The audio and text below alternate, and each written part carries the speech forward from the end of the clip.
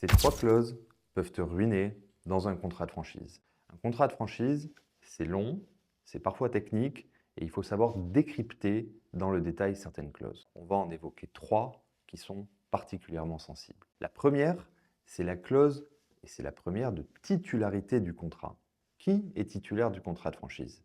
Beaucoup de gens pensent que c'est la société qui va s'engager et qui sera seule débitrice des sommes du contrat. Mais attention, il arrive également que vous, la personne physique, vous allez vous engager aux côtés de la société. Ça signifie une chose très simple.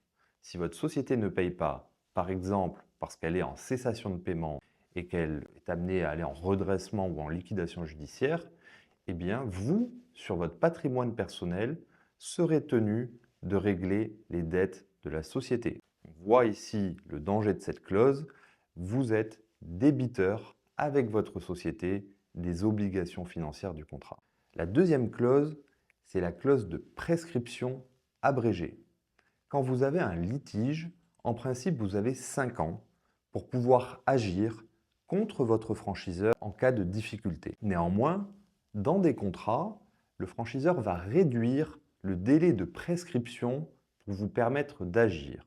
C'est une clause très dangereuse qui signifie que si vous laissez écouler, par exemple, un délai d'1 an, à compter de la survenance du problème, vous serez ensuite dans l'interdiction d'agir contre le franchiseur parce que le délai aura été expiré et que vous serez prescrit. Enfin, la dernière clause, c'est la clause dite d'arbitrage. Vous allez signer un contrat dans lequel il est prévu que vous ne pourrez pas saisir un tribunal de commerce, mais uniquement une chambre arbitrale. C'est une modalité défavorable pour le franchisé parce qu'un arbitrage, ça coûte très cher et ça vous privera de la possibilité de faire juger facilement et à moindre coût votre affaire. Je m'appelle Philippe Bruce, je suis avocat, j'ai 8 ans d'expérience dans le domaine des franchises et je vous aide à résoudre les problématiques que vous rencontreriez dans ce domaine. N'hésitez pas à poser vos questions en commentaire ou à m'adresser un message privé.